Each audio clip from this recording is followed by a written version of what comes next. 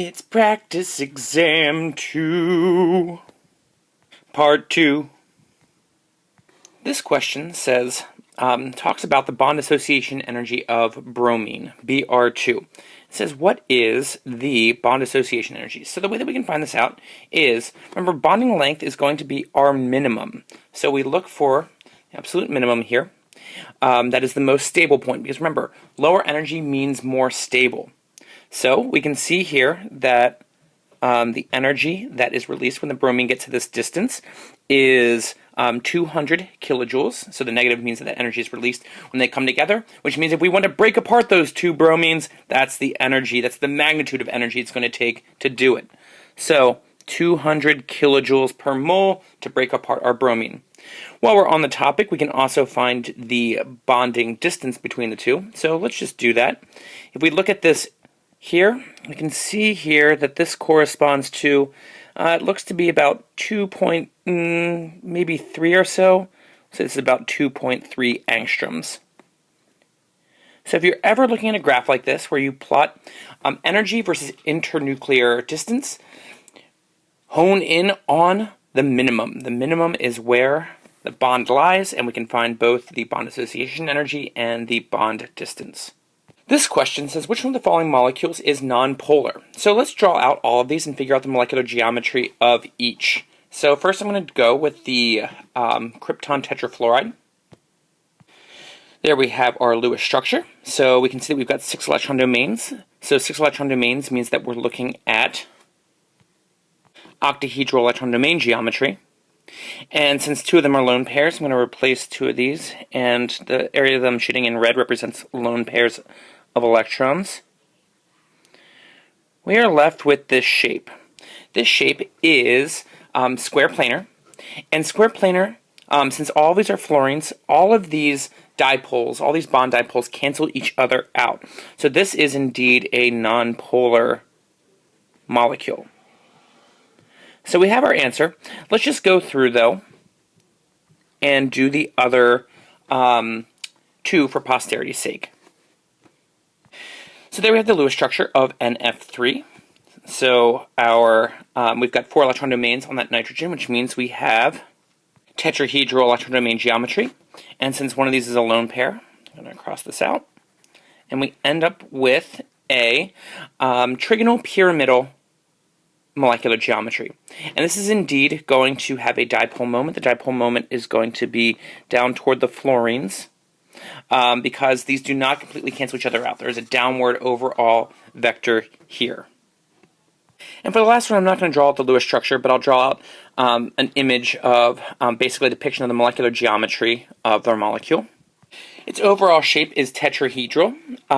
We've got 2 fluorines and 2 chlorines. I'm just arbitrarily representing the fluorines as the red circles and the chlorines as the green circles. Anyway, there is going to be a net dipole that goes, kind of splits the difference between the fluorines here. Since the fluorines are more electronegative, they're going to pull more electron density toward themselves. And so this is going to be a polar molecule indeed.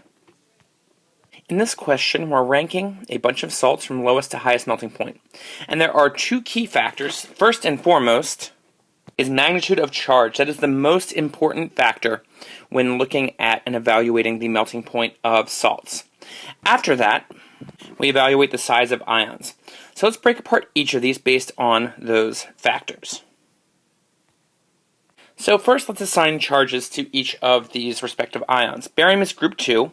So it's going to be 2+ in a salt. Sulfur is group 6, so in order to get its octet, it needs to gain 2 electrons. It's going to be 2-. Up next, we have sodium. Sodium is in group 1, so this is going to have a +1 charge. Fluoride is going to have a -1 charge. Cesium is going to be +1 for the same reason. It's group in 1. Bromide is in group 7. It'll have -1. And then finally, we have calcium and oxygen. Calcium is in group 2. It'll have a +2 charge. And oxygen is in group 6. It'll have a 2- charge. Okay, so based off of these, we can tell that the 2 with the highest melting points are going to be the ones with the greatest magnitude of charge. This is because the greater the charge is, a la Coulomb's law, if you notice how, so Coulomb's law, let's just write out the law here. So Coulomb's law tells us that the electrostatic potential energy of a system is equal to a proportion constant K times the charge on point charge 1, Q1, times the charge on point charge 2, Q2, over the distance between them. This actually explains everything we need to know about evaluating salt melting points. So if you consider a +1, -1 salt versus a +2, -2 salt, notice that this is going to increase the magnitude of the electrostatic potential energy fourfold, because 1 times -1 is -1, positive 2 times -2 is -4. So that means it's going to be essentially almost 4 times as advantageous to have a +2, -2 charge, all other things equal. So +2, -2 creates a significantly higher melting point. And indeed, the melting points of salts that have +2, -2 charges are about 3 to 4 times greater than ones that have +1, -1 charges. So next we want to evaluate how size impacts. And so notice that the greater the distance between charges gets, so this D here, if we have two charges that are really close to each other, they're going to be able to interact very readily. Now, if our 2 point charges are far away from each other, further away, well, this is a greater distance, they're not going to be able to interact as favorably with one another. So, the smaller our ions are, the more they're going to be able to interact with each other, the greater the lattice energy, and the higher the melting point. So, the only two rules that we need to evaluate a problem like this are greater magnitude of charge equals a greater melting point, and smaller ion size equals a greater melting point. And again, the charge is the most important thing here. So now, between our two lowest melting points, the sodium fluoride and the cesium bromide. Sodium and fluorine are much, much higher up on the periodic table, which means these are smaller ions. So these are smaller than the cesium bromide counterparts. So the cesium bromide is going to have the lowest melting point. So I'm just going to call this 1. I'm going to rank them where 1 is the lowest and 4 is going to be the highest. So since these ones are smaller, they're going to have a greater melting point, but they don't hold a candle to the +2, -2 salts. So we're going to evaluate these the same way. Barium sulfide, barium and sulfur are larger than calcium and oxygen, so this is going to be 3. And then finally, the greatest one is going to be calcium oxide. They are small ions, they're +2, -2. That's going to be the greatest. So it goes CsBr, followed by NaF, followed by BAS, followed by CaO. So the answer is choice E. Okay, so for this problem, we're ranking the relative angle sizes in the amino acid alanine. Cool. All right, so let's take a look at each of these. The most important thing is the electron domain geometry. That's going to be what the base angle is based off of. So going through, first, for number 1, we can see that we have not 1, not 2, not 3, but 4 electron domains. That means that this has an electron domain geometry of tetrahedral. Cool. Okay, so also notice that there is one lone pair down here. So what that lone pair does is it actually condenses, pushes the bonding pairs closer to each other. And now, notice, it looks, the way this is drawn, like these are 90-degree angles. They're not 90-degree angles, because we know that the base angle of tetrahedral is 109.5 degrees. And this is going to be close to that. But because of that one lone pair, it's going to be a little bit less than 109.5. Each lone pair consolidates the bonding pairs a little bit more. So this is probably going to be close to about 107 or so. Now then, angle 2. We've got 1, 2, 3 electron domains. So that means that we have trigonal planar electron domain geometry. And so also notice that we've got this double bond. So the double bond is going to actually push away the single bonds a little bit further because there's more electron density there. So our base angle is 120 degrees for trigonal planar. And this is going to be slightly greater than 120 degrees. Maybe something like 125 or so. Not that much greater, but a little bit greater. Finally, that leaves us with angle 3. Once again, we've got 1, 2, 3, 4 electron domains. Cool. Which means that we have tetrahedral electron domain geometry. Cool. And there are no lone pairs this time, so this time we have basically now the overall molecule can also have some slight impacts, but we're more concerned. The central atom is the most important thing when dictating the bond angles here. And since this has no lone pairs to skew the angle, it's going to be pretty dang close to 109.5. So if we rank these in order, the smallest one is going to be angle 1, because it's less than 109.5. Then we're going to have angle 3, because it is 109.5 on the dot. And then we're going to have angle 2, which is a little bit greater than 120. So the answer is going to be 1, then 3, then 2. This question asks, what is the bond order of the bonds and the formal charge on the central nitrogen and the azide anion, N3-. So let's draw a structure here. So N3-, we've got 3 times 5 valence electrons from nitrogen. Nitrogen is in group 5. And because it's an anion, we have plus 1. This gives us 16 valence electrons to work with. So we'll put our nitrogen in the center. Put a nitrogen out here. We'll put a nitrogen out here. And let's start drawing in. We've got 4 electrons drawn in so far. So let's add in the rest. We've got 5, 6, 7, 8, 9, 10. We'll always start on the outside and work our way in. So we have 1, 2, 3, 4, 5, 6, 7, 8, 9, 10 drawn in. 11, 12, 13, 14, 15, 16. Okay, is this going to be a viable structure? What's wrong with this? That nitrogen in the middle, it only has 4 valence electrons. How can that be? Ugh, can't be. We need to clean this up a little bit. And there's technically 3 different ways that we can resolve this. So this is an example of resonance. There's going to be 3 different structures that are possible. The first one, so we could make oh no! Use too big an eraser. One moment. We could take these 2 lone pairs and instead make a triple bond. Okay? And if we do that, well, our nitrogen in the middle, it will have a formal charge of plus 1. And our nitrogen on the left will have a formal charge of minus 2. And our nitrogen on the right will have, well, it'll have a formal charge of 0.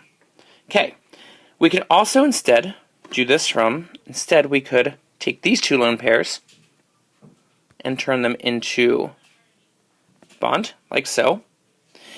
And once again, we have a plus 1 formal charge here. And we have a negative 2 formal charge here. Cool. The final way that we could do it is kind of a compromise between those 2 structures. We could take a lone pair of electrons from this nitrogen and a lone pair of electrons from this nitrogen and use them each to create a double bond. And in this case, we're left with a positive 1 formal charge here and a negative 1 on each of these. Okay, so these are all viable Lewis structures. You'll notice that in all 3 of these, the central nitrogen has a plus 1 formal charge. So our formal charge on nitrogen, regardless, is going to be plus 1. Now another thing to note is that, so these top 2, these are equivalent resonance structures because they're the same thing, only mirrored. This last one here is not an equivalent resonance structure because we can see there's a different distribution. Instead of having a minus 2 and a plus 1 and a 0, we have a minus 1, a plus 1, and a negative 1. However, we can still use our general rule of averaging out bonds with these to figure out what the bond order is on that nitrogen-nitrogen bond. Doesn't matter which one we pick, so I'm going to choose the rightmost one. So if we look between this bond here and this bond here, these are, again, equivalent structures. If we average this out, this is 2 at this point. So 4 bonds over 2 structures, it's an average of 2. If we add in this non-equivalent structure, notice how this is not changing things here, because this is a double bond, the way it's depicted, and that does not at all change our overall bond order. So 6 bonds, 3 structures. And again, the way it works out is that it doesn't matter here. that the last one is non-equivalent because these all tell the same story when we look at the composite. It is a bond order of 2, regardless of how you look at it. So our answer is going to be choice C. Bond order of 2, formal charge of +1 on the central nitrogen.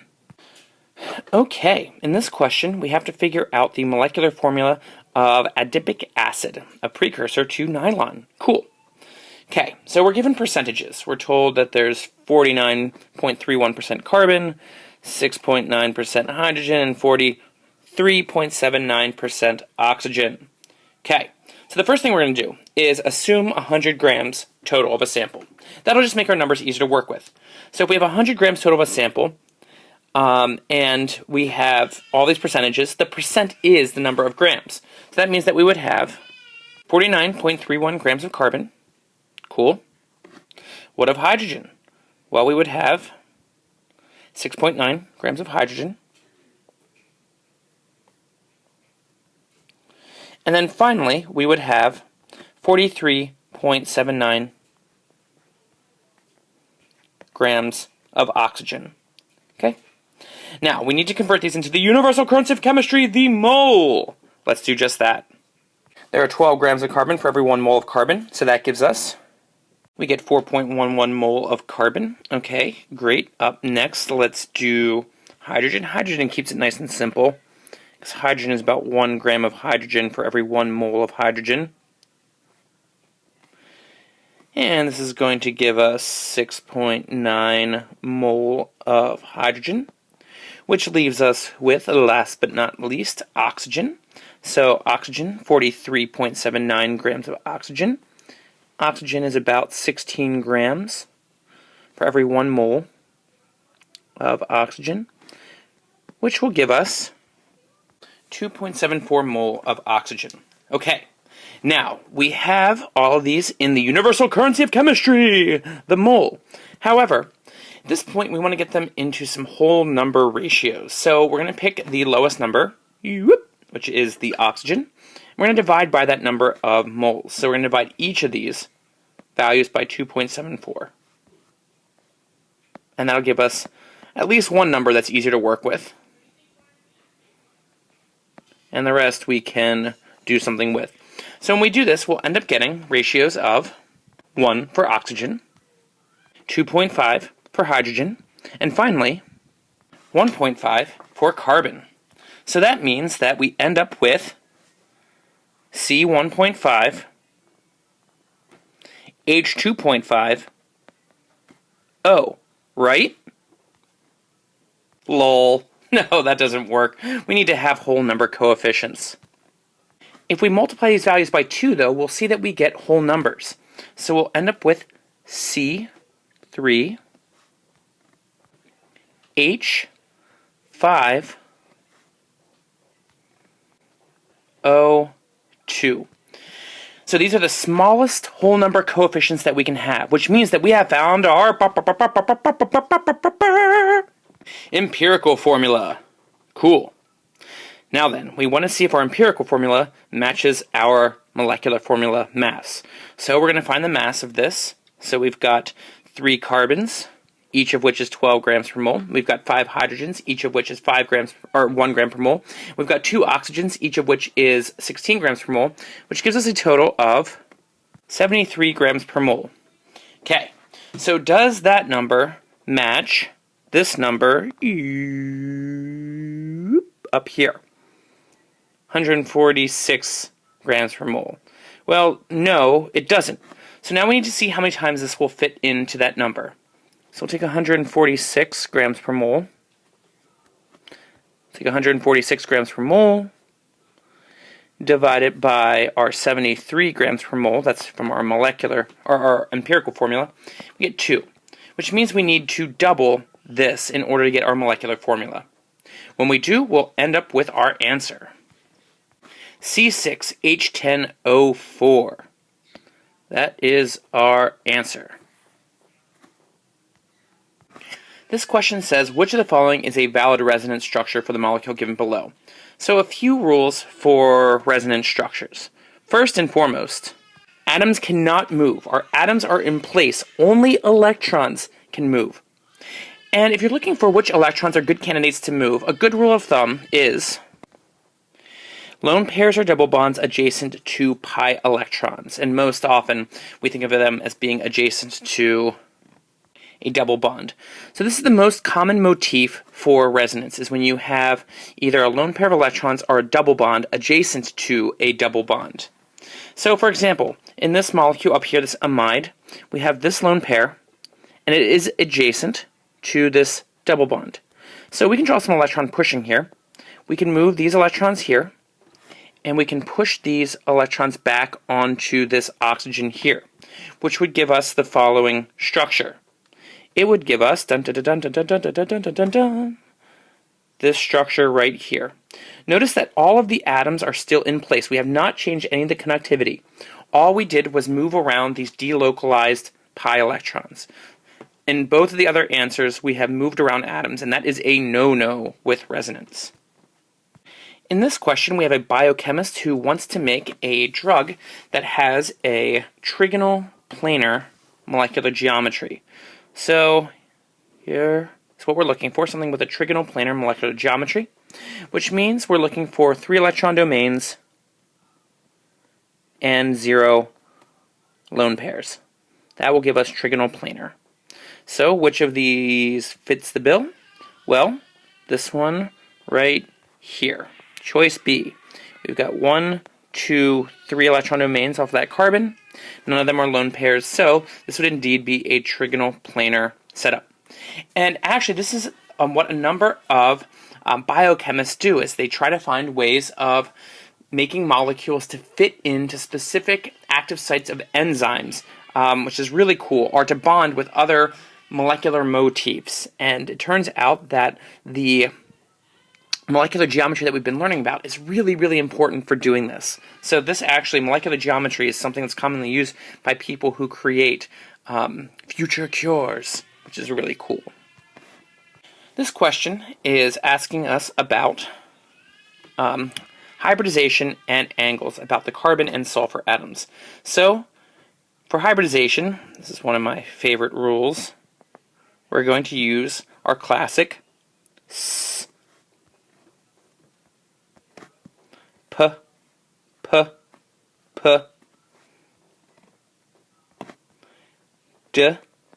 rule. Again, we can kind of put these in parentheses because we're not actually going to invoke the d orbital. It's just more fun to say sp-b-b-b-da-da than it is to say sp-p-p-p. So anyway, so first let's find the hybridization on each of these. Carbon, first of all. So let's do carbon first. Carbon, if we look at it, has 1, 2, 3 electron domains. So we're going to count over 1, 2, 3. So our carbon is sp2 hybridized. Now, analyzing the sulfur has 1, 2, 3, 4 electron domains. So we're going to count over 1, 2, 3, 4. So the sulfur is sp3 hybridized. Now, in terms of angles, we're again going to consider the number of electron domains. So for the carbon, we've got 1, 2, 3 electron domains, which means our base angle is 120 degrees. However, because there is this double bond here, it's going to push these two single bonds away from it, a little bit close to each other. So it's just going to be a little bit less than 120 degrees. Okay, now for the sulfur, it's got 1, 2, 3, 4 electron domains, which means its base angle is 109.5 degrees. But just like the double bond, having lone pairs of electrons pushes single bonds away. So this is going to be less than 109.5. So we're going to look for an answer that has an angle that's less than 120 for the alpha angle and less than 109.5 for the beta angle. So our answer is going to be choice E. That matches the hybridization and the angles that we analyzed. And since there's 2 lone pairs, we could also, the 2 lone pairs will be more of a pronounced effect than just 1 lone pair. So sometimes if you're analyzing these, if we had to choose between the difference between, say, 1 lone pair and 2 lone pairs, you could put double less than sign. You would never have to, though, in an exam situation, for our purposes, know an exact angle. So there's only one possible set of right answers here. So you would not need to look at that and go, oh, 104. You wouldn't need to decide between 104 and, say, 105 degrees. But you would want to recognize that it is less than the canonical 109.5 degrees. This question says, which of the following geometries in a molecule will always result in a net dipole, assuming that it has identical polar bonds? The answer is going to be bent. Bent is always going to have, so the bent shape kind of looks like this. If the central atom is the more electronegative one, then we'll have a dipole that goes this direction. If the outer atoms are more electronegative, then we'll have a dipole that goes that direction. But regardless, bent will always, assuming that the bonds are polarized, give us a polar molecular geometry. This is not the case for octahedral, square planar, tetrahedral, nor trigonal planar. This question is about hybridization. It says which of these correctly represents how s orbitals and p orbitals mix to create sp3. So remember that sp3 orbitals consist of, we have one s orbital that needs to go into the mix, and we have three p orbitals that need to go into the mix in order to create this. So one s and three p. Other things to keep in mind is that the number of atomic orbitals that go in are the number of hybridized orbitals that we get out. So if we add together one s and three p orbitals, we should get a total of 1 plus 3, or 4 sp3 hybridized orbitals. And finally, remember that the energy is a compromise. So s orbitals are lower in energy for a given shell than their p counterparts. So these hybridized orbitals are going to have their energy somewhere in between the s and the p. Okay? So with that in mind, we can look to see which of these actually matches the correct situation, and that is going to be choice B. We have our 1s, check. We have our 3p orbitals, check. They create 1, 2, 3, 4 sp3 orbitals, and they are all degenerate, and the energy is a compromise between those two. That is indeed the correct answer. This question gives us some information about HCl, hydrochloric acid. It's got a bond length of 1.27 angstroms and a bond association energy of 427 kilojoules per mole. We want to then figure out what is going to be the energy equivalent for hydrobromic acid, HBr. So this is actually just a periodic trend question. If we consider our periodic table of the elements, looks something like that. Okay, and specifically we're going to be honing in on the halogens. So the uppermost halogen is fluorine, then we have chlorine, then we have underneath chlorine is bromine. So we're comparing a hydrogen bound to chlorine versus a hydrogen bound to bromine. So in terms of atom size, what's larger, a chlorine or a bromine? Well, bromine, it has a whole nother shell of electrons around it. So it's going to be larger. So if we compare these two molecules, we have HCl,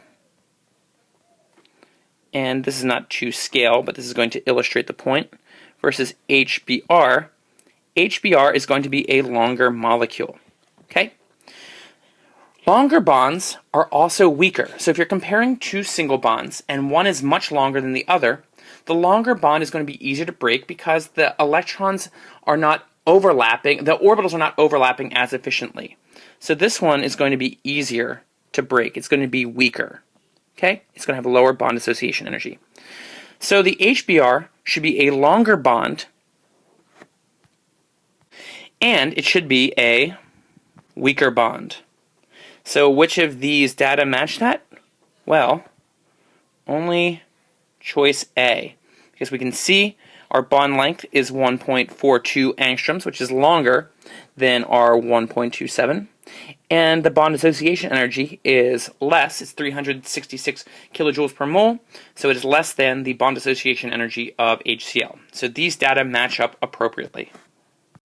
Okay, in this problem, we're doing a combustion analysis. So we have a 5.25 gram sample of a molecule, a hydrocarbon, submitted for combustion analysis, and 5.24 grams of water were collected. Now we need to figure out what the empirical formula of the unknown hydrocarbon is. Okay, so first things first, we're going to hone in on the numbers that we know. So we know that there's 5.24 grams of water. Cool. So let's figure out how many moles of hydrogen that corresponds to. So each water is 18 grams for every 1 mole. And we have to keep in mind that every mole of water, so for every 1 mole of water we actually have 2 moles of hydrogen. So that gets us 0.582 moles of hydrogen. Okay, good to know. So with that in mind, let's think about what combustion analysis is. In combustion analysis, we take a hydrocarbon, or we could take a carbohydrate, or we could take a number of different things, but in this case we just have a hydrocarbon. So hydrocarbons consist of a certain number of carbons and a certain number of hydrogens. And what we're going to do is we're going to add we're going to add oxygen to this, and they're going to react to form a certain number of moles of carbon dioxide and water. Okay? So the reason why this reaction is significant is, notice that all of the hydrogen ends up going into water. Meanwhile, all of the carbon ends up getting put into carbon dioxide. So we can use this information to figure out how much carbon and how much hydrogen, the relative number of moles of each in our original hydrocarbon. So, since we know the number of moles of hydrogen, we can find the number of grams that corresponds to. And that's easy enough to do because with hydrogen, so it's 0.582 mole of hydrogen. Hydrogen keeps it nice and simple. Every 1 mole of hydrogen has 1 gram of hydrogen, which ends up giving us 0.582 grams of hydrogen. Now we can find out how many grams of carbon were in our sample because our sample contained only hydrogen and carbon. So if we subtract the mass of hydrogen from the mass of the total hydrocarbon, we can find how many grams of carbon there were. So we have 5.25 grams of our hydrocarbon. We're going to subtract from that the 0.582 grams of hydrogen, and that's going to give us 4.648 grams of carbon. Okay, now we need to convert that into the universal currency of chemistry, the mole, to figure out how many moles of carbon that is. So 12 grams of carbon for every 1 mole.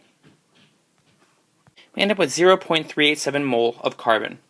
Now what we're going to do is we're going to, just like we did when finding the empirical formula before, we're going to divide by the smallest of these numbers. So we're going to divide both of these by the 0.387 to get the numbers a little bit nicer. And what that will end up giving us for our molar ratio is, and my apologies, I just noticed an error with what I wrote down. This is not grams up here, this is moles. Oh, no, sorry, it is grams. Wait, just technically speaking, I should have divided the 0.5282 moles of hydrogen by the 0.387. So the moles, number of moles is equals the number of grams, but I put the divided by in the wrong space, so my apologies for my mistake here. And what we're going to end up with when we do this is the relative moles of hydrogen, and we end up getting that there's 1.50 mole of hydrogen for every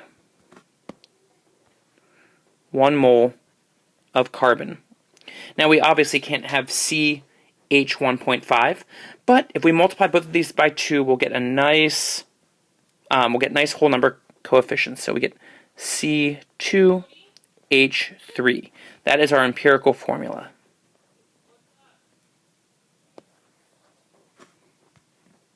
This question asks about a 2A element, M, and a 5A element, X.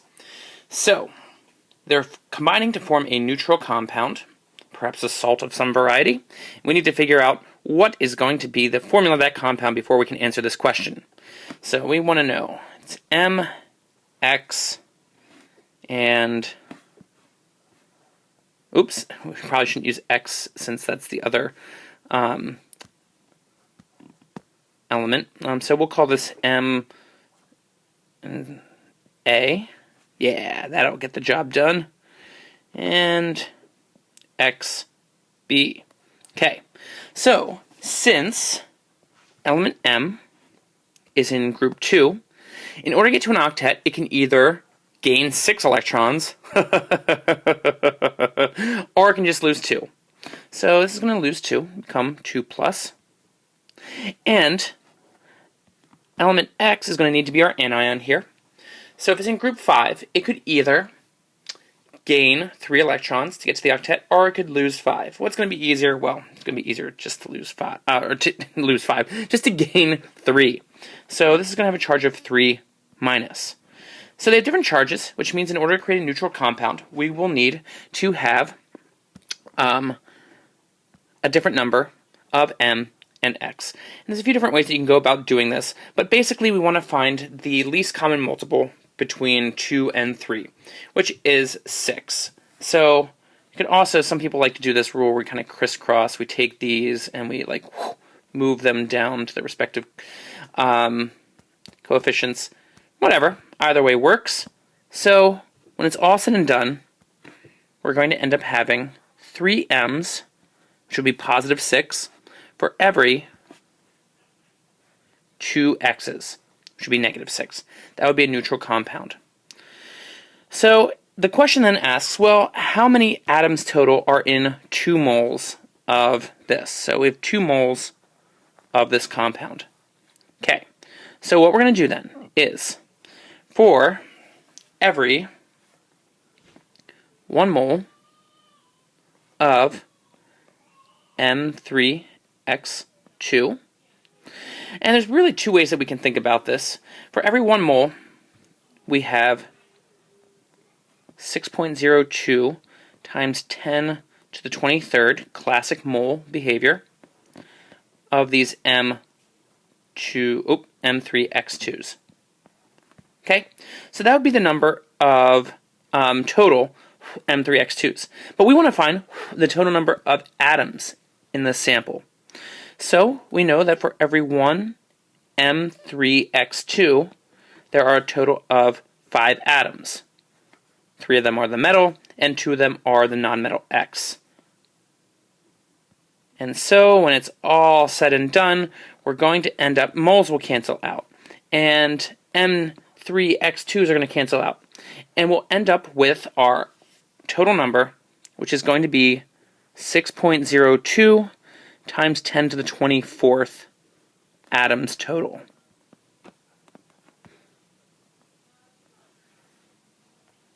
And upon doing this, I see that I should have been more careful with reading the question. So that's the total number of atoms, but the question actually wants to know how many atoms of X. This is an easy enough thing to correct. So if we go back to this step, this last one right here. So for each of these, there are 2 X's, right? So instead of doing 5 atoms, for every 1 M3X2, there are 2 atoms of X. Okay, so that's going to change our answer then to 1.2 times 10 to the 24th atoms of X. So that's going to be our actual answer. My apologies for my mistake there.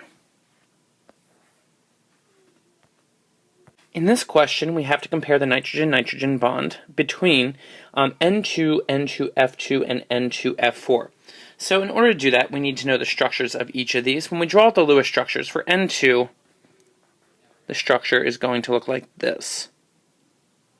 So each nitrogen has 1 lone pair, and there's a triple bond connecting them. For N2F2,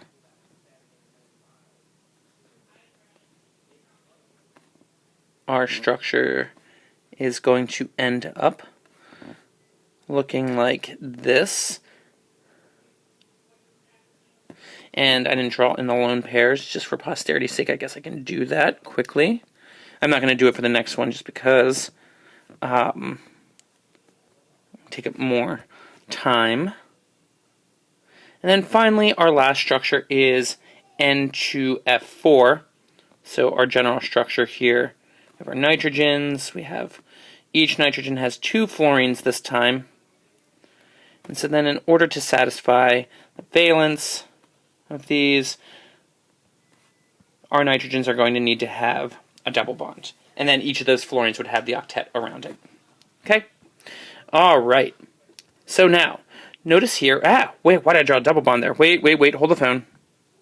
Sorry, the nitrogen just has a single bond. Okay? So what we're comparing here is a nitrogen-nitrogen single bond, a nitrogen-nitrogen double bond, and a nitrogen-nitrogen triple bond. So which of these is going to be the strongest? Well, the strongest one is going to be the triple bond. But it's also the shortest. Stronger bonds are generally shorter. Which one of these is going to be the longest? Well, the longest one is going to be the single bond. It is also the weakest. The double bond is going to be medium in terms of length and strength. So now, in order to match these up appropriately, there's 2 different ways we can do it. We can look at the length, or we can look at the strength. And remember, the bonding spot can be found on any given plot of energy versus internuclear axis by looking at the minima. So we can see on this one has a bond dissociation energy, goodness, close to 1,000. This is the strongest of these bonds that are depicted. It's also the shortest. This looks like it's about 1.1 angstroms or so. So this is the shortest, and it is the strongest. That's going to be our triple bond there. For our next one, so the next one has a bond dissociation energy that appears to be about 180 or so. And in the grand scheme of things, this one, if we compare it to our last one, the last one is about 400 or so. So this is going to be the weakest of the bonds. It's also the longest. It's about 1.5 angstroms or so. So this is going to be this particular molecule. It's going to be the one with the single bond on it. Which leaves us with our last one. The last one is going to be the one with the double bond on it. Because if we look at this structure here, it has an intermediate length. It's about 1.3 angstroms or so, and it has an intermediate strength. Looks to be about 400 or so kilojoules per mole for its bond dissociation energy. So that means that 1 corresponds to N2, 2 corresponds to N2F4, and 3 corresponds to N2F2. Choice A. For this last problem, we're going to try one more time. We're going to find one more empirical formula. And this one's a little bit different from what we've done before. Kind of an interesting problem. So we're told that we have about 53% bromine here. So let's figure out how many moles of bromine we end up having if we assume 100 grams of a sample. If we have 100 grams of the sample total, we'd have 52.92 grams of bromine. Okay? Bromine clocks in at a cool 79 grams per mole. So it's 0.66 mole of bromine. Okay. Now, we can see that for every 1 bromine, there's 1 potassium. So that means that we also have 0.66 moles of potassium. Okay? So potassium, for every 1 mole of potassium, we need to find out what mass this corresponds to, is 39 grams of potassium. This will end up giving us 25.83 grams of potassium. Okay, so now we need to know how many of these grams were oxygen. So what we're going to do is we're going to take 100 grams, which is what we assumed we started off with. So we started off with 100 grams of our substance, of our KBr. OX, and we're going to subtract from that the mass of the potassium and the bromine. So we're going to subtract the 52.92 grams, which came from bromine, and the 25.83 grams, which came from potassium.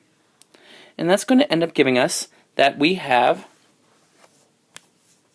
21.25 grams of oxygen. Okay, cool. Now we know the number of grams of oxygen in 100 grams of the sample.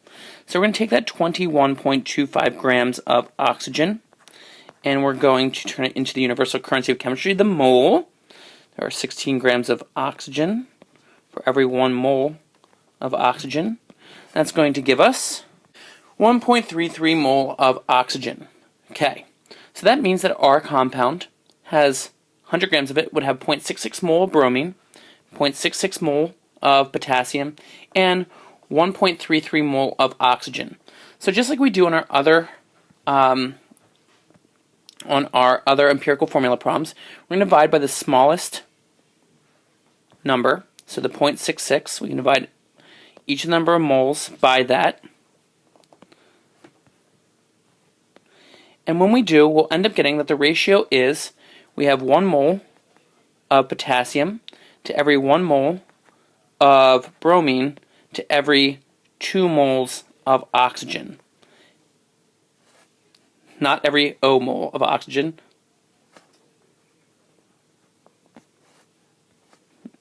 Every 2 moles of oxygen. Okay, so there are 2 oxygens for every 1 potassium and bromine, which means that our value for X is 2. And now, bonus question. It's a bonus question. Here's a bonus question. Let's do it. Actually, it's not really a bonus. It's question 4. It occurred to me that I accidentally skipped over question 4 in the previous video, so let's do it now. The question says, which of the following compounds contains both ionic and covalent bonding? This means that since we're looking for ionic, we're looking for either an ammonium salt, or more commonly, you can find ionic with metals and nonmetals. There's 2 types of salts out there. Metallic salts, which have metals and nonmetals, and ammonium salts, which have something like NH4 plus and then a nonmetal.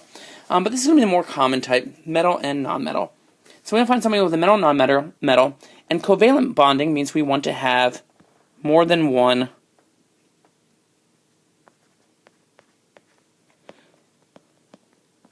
nonmetal in it.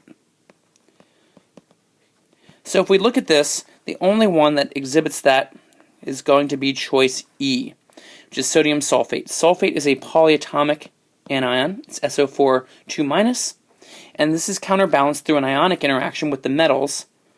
And this is counterbalanced by 2 sodiums. So we have our metal and nonmetals, but we also have a whole bunch of nonmetals bonded together to form our polyatomic anion. So it's going to be choice E. With that said, dominate the exam. You've got this. Go forth and rock it.